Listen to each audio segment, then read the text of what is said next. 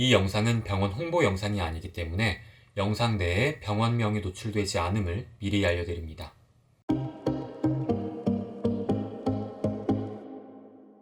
안녕 알로아들 관리하는 남자 아우라엠입니다.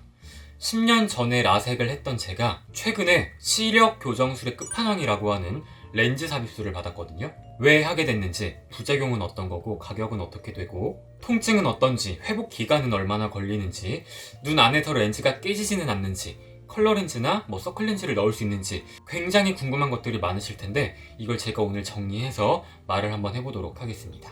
저는 당연히 의사가 아니기 때문에 좀 더 정확하고 자세한 상담은 꼭 전문의 의사 선생님과 상담을 하시길 바랍니다. 그럼 영상 시작하기 전에 좋아요와 구독하기 먼저 부탁드릴게요. 그럼 시작할까요? 저는 지금 수술한 지 한 3주 정도 됐는데 일단 결론부터 말씀드리면 왜 진작 안 했을까라는 생각뿐입니다. 뒤에서 자세히 이야기를 하겠지만 10년 전에 라섹을 하면서 일단 수백만 원을 썼고, 그리고 각막에 엄청난 무리를 줬고, 심지어 시간이 지난 후에 시력이 엄청나게 떨어져서 후회를 하고 있었거든요. 페이스북이나 인스타그램 이런 데서 라섹 광고 39만원, 59만원 이런 거 보고 가보신 분들은 아실 거예요. 옵션이 막 이것저것 붙다 보면 결국에는 한 200만원 돈이 되거든요. 저는 하시는 김에 돈을 조금 더 모아서 훨씬 안전한 수술을 하는 게 저는 낫다고 생각을 합니다. 개인적인 생각으로는 싼 수술은 싼 이유가 있고 비싼 수술은 비싼 이유가 있다. 이 렌즈 삽입술이 진짜 비싼 수술인 거는 맞아요. 근데 정말 여러 가지를 종합해서 고려를 해보면 저는 충분히 추천할 만한 수술이라고 생각을 합니다. 아까 말한 것처럼 저는 정확히 10년 전에 200만 원을 주고 라섹을 했습니다.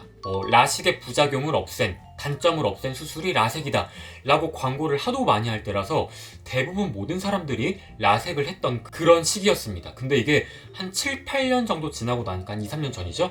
그때부터 뭔가 시력이 확 떨어지는 게 느껴지는 거예요. 그래서 이제 수술한 병원에 가서 시력 검사를 다시 했죠. 그랬더니 너무도 아무렇지 않게 의사 선생님이 원래 라식이나 라섹하면 10명 중에 1명은 시력이 다시 떨어집니다 라고 하시는 거예요. 그러면서 방법은 재수술밖에 없다 라고 하시더라고요. 요즘 굉장히 많은 분들이 스마일 라식을 하길래 저도 스마일 라식을 하려고 알아봤는데 한 번 라섹을 한 눈은 라식이나 스마일 라식을 아예 못한다고 하더라고요. 그래서 저의 선택지는 딱 2개밖에 없었죠. 라섹을 다시 할 거냐 아니면 렌즈 삽입술을 할 거냐. 근데 저는 라섹 재수술은 처음부터 생각도 안 했습니다. 10년 전에 했을 때 진짜 너무 아팠고 일상생활에 엄청나게 큰 불편을 겪었어요. 3일 동안은 진통제 먹으면서 침대에만 누워만 있었었고 한 달 혹은 한 달 보름 정도 돼야 시력이 나오기 때문에 그 사이 한 달 동안 정말 눈에 잘 안 보였거든요. 근데 여기에서 진짜 결정적인 건 라식이나 라섹을 했다가 다시 시력이 퇴행한 사람들이 다시 라섹이나 라섹을 하게 된다면 다시 또 퇴행될 확률이 2배로 올라간다고 합니다. 즉 10명 중에 1명이 아니라 이번엔 10명 중에 2명이 다시 또 안 좋아진다고 하더라고요. 그래서 각막에 또 무리를 주는 라섹은 하지 말고 돈을 조금 더 내더라도 렌즈 삽입술을 하자라는 생각이 들어서 렌즈 삽입술을 하게 됐습니다. 렌즈 삽입술도 많이 찾아보신 분들은 아시겠지만 크게 또 2종류로 나뉩니다. 홍채를 기준으로 그 앞에 렌즈를 넣냐 그 아래에 렌즈를 넣냐에 따라서 전방 렌즈 삽입술, 후방 렌즈 삽입술 이렇게 나뉘는데, 전방 렌즈 삽입술을 할 경우에는 홍채를 또 절개를 해야 되기 때문에 약간의 또 부담감도 있고, 또 하루 안에 수술이 안 되고 보통 며칠에 걸쳐서 하는 후기를 저는 많이 봤습니다. 그리고 또 전방 렌즈 삽입은 이렇게 가까이서 보면 빛 받았을 때 렌즈가 보입니다. 약간 반짝하고 보이는, 제 친구도 해서 제가 봤거든요. 근데 이제 후방 렌즈 삽입은 아예 티가 안 난다 라고 해서 저는 후방 렌즈 삽입술을 선택을 했고요. 그 중에 이보 플러스 아쿠아 ICL을 했습니다. 가장 중요하게 봤던 게 회복 기간이었어요. 근데 렌즈 삽입술은 당일 회복이 돼서 그 다음날부터 일상생활이 가능하다고 하더라고요. 보통 이제 라식이나 라섹은 각막을 건드리면서 안구 건조증을 유발하는 그 신경들의 손상을 주기 때문에 안구 건조증이 심해지는 거거든요. 근데 이 렌즈 삽입술은 각막 자체를 깎거나 혹은 신경들의 손상을 주는 수술이 아니기 때문에 안구 건조증에 있어서 좀 더 자유롭습니다. 물론 렌즈 삽입을 위해서 각막에 아주 작은 절개창을 만들기는 해요. 얘 때문에 보름에서 한 달 정도 짧게 아주 약한 안구 건조증 증상이 올 수 있다고는 하는데, 이게 라식이나 라섹만큼 엄청 눈이 건조해지는 그런 느낌은 아닙니다. 그리고 이제 시술자가 시력이 다시 퇴행될 확률, 재발될 확률이 라식보다 현저하게 적습니다. 그리고 나중에 내 시력이 자연적으로 좀 더 안 좋아졌다, 나이가 들어서, 그러면 렌즈를 갈아 끼울 수도 있고요. 원한다면 렌즈를 제거하고 다시 라섹이든 라식이든 원하는 수술을 또 진행을 할 수가 있습니다. 생각해보면 라섹 대비 비용 제외하고는 안 할 이유가 없는 그런 수술인 것 같아요. 세상의 모든 수술, 모든 시술에는 부작용이 당연히 따라옵니다. 렌즈 삽입술에 있어서 가장 큰 부작용으로 알려진 게 백내장, 녹내장입니다. 우리 사람마다 안구, 눈 아래 크기가 다 다릅니다. 그렇기 때문에 렌즈 삽입술에 사용되는 렌즈의 크기도 종류별로 나와 있어요. 그런데 이제 잘못해서 내 안구 사이즈에 맞는 렌즈가 아니고 좀 더 큰 사이즈의 렌즈가 삽입이 됐다, 그러면 눈 안에도 이렇게 물이 흐르거든요. 그 물이 지나가는 길을 렌즈가 막게 됩니다. 그렇게 되면 이제 이 안에서 압력이 계속 올라가겠죠. 그렇게 되면 이제 녹내장이 발생을 하게 되는데, 가장 최근에 나온 렌즈, 제가 받은 이보플러스 아쿠아 ICL 같은 경우에는 이렇게 렌즈 자체에 보이시죠?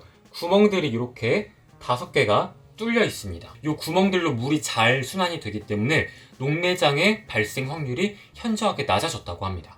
백내장 역시 렌즈의 크기를 잘못 선택했을 때 나타나는 부작용 중에 하나고요. 삽입된 렌즈가 수정체와 마찰하거나 부딪히면서 백내장이 생기게 되는데, 백내장이 생긴다고 해서 전부 다 실명이 되는 건 또 아닙니다. 우리 수정체가 이렇게 있잖아요. 근데 백내장이 수정체 중간에 생겼다, 그러면 내가 볼 때 시야에 얘가 보입니다. 그러면 이제 렌즈를 제거하고 요 백내장 치료를 하면 되는 거고요. 혹은 이제 중심부가 아니고 약간 사이드 쪽에 생겼다, 그러면 이 사이드에 생긴 백내장이 시력이나 시야에 영향을 주는데 이렇게 번져오는데 한 10년 정도 걸린다고 해요. 그래서 10년 동안 경과를 보면서 잘 기다렸다가 이렇게까지 왔을 때 렌즈 제거하고 백내장 치료하고, 그 다음에 이제 우리가 흔히 말하는 다초점 렌즈, 노안 수술, 이런 거를 같이 진행을 또 하면 된다고 합니다. 이렇게 대표적인 부작용, 녹내장, 백내장 제외하고도 좀 더 자잘하게 언급되는 부작용들이 있기는 해요. 일단 그 중에 하나가 홍채염이거든요. 조금 전에 말했던 녹내장의 발생 원인 중에 하나가 큰 렌즈를 넣어서 물의 흐름을 막으면 얘가 압력이 올라가서 생긴다고 했잖아요. 그래서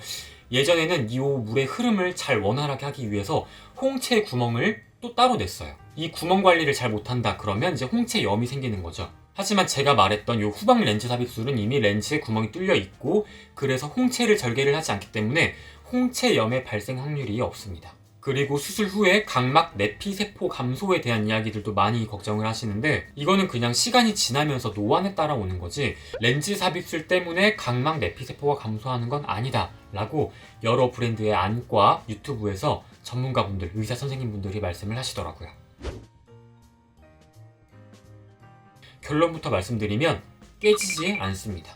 콜라겐 합성 재질로 만들어진 되게 말랑말랑한 재질이에요. 흔히 착용하시는 소프트 렌즈 같은 그런 느낌이라고 생각을 하시면 될 것 같은데, 보통 이렇게 또 이야기를 하면 그러면 안에 내가 원하는 컬러 렌즈나 서클 렌즈를 넣을 수 있는 거 아니냐, 넣고 싶다라는 분들이 또 계시더라고요. 하지만 아까 보여드렸죠? 모양 자체도 아예 다르고요. 렌즈 재질도 아예 다릅니다. 소프트 렌즈는 일주일, 하드 렌즈는 2주, 그리고 드림 렌즈는 한 달 동안 착용 금지고요.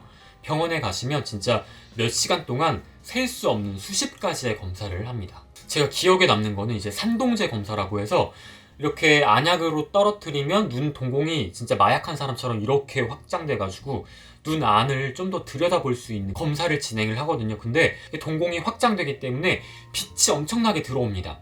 그래서 눈이 굉장히 부시고 이게 조절이 잘 안 되기 때문에 눈에 초점이 잘 안 맞아요. 근데 제가 이게 검사하던 날 검사를 마치고 바로 TV 홈쇼핑 생방송이 잡혀 있었어요. 그래서 산동제를 넣으면 일단 초점이 안 맞으니까 콜 모니터도 안 보일 것 같고, 그리고 방송 조명이 얼마나 센데 눈을 못 뜰 것 같은 거죠. 그래서 제가 이런 상황을 말씀드렸더니 산동제 검사까지 하는 게 물론 안전하고 좀 더 확실하긴 하지만, 제가 갔던 그 병원에는 굉장히 고가의 특수 장비가 있어서 산동제 검사 없이도 눈 안을 볼 수가 있다고 하더라고요. 그래서 저는 산동제를 안 넣고 수술 검사를 진행을 했고, 수술 적합 판정을 받아서 수술을 하기로 결정을 했습니다.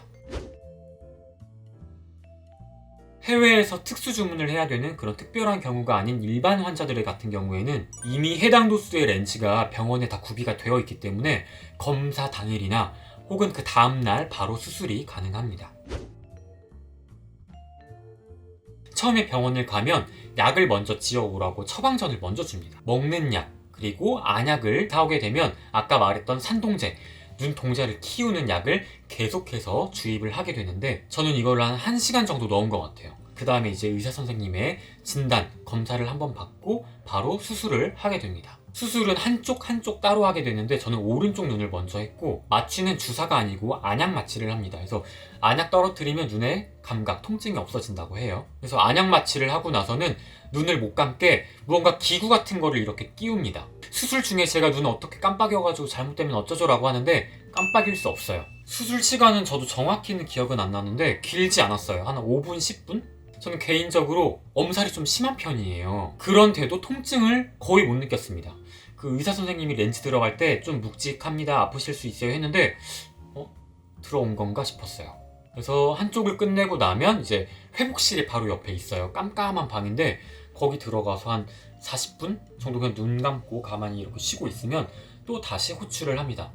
이쪽 눈을 해야겠죠? 근데 원래 이제 모르는 게 약이라고, 이쪽 눈 할 때는 이게 어떤 느낌이고 어떤 단계로 하는 걸 이런 걸 몰랐으니까 참았는데 이제 알았잖아요. 알고 나니까 이쪽 눈은 참기가 좀 어렵더라고요. 근데 이 원장 선생님 말씀도 보통 처음보다 두 번째 눈 할 때 좀 더 힘들어 하신다라고 하시더라고요. 그래서 이쪽 눈까지 하고 나서 회복실에서 또 한 40분가량 쉽니다.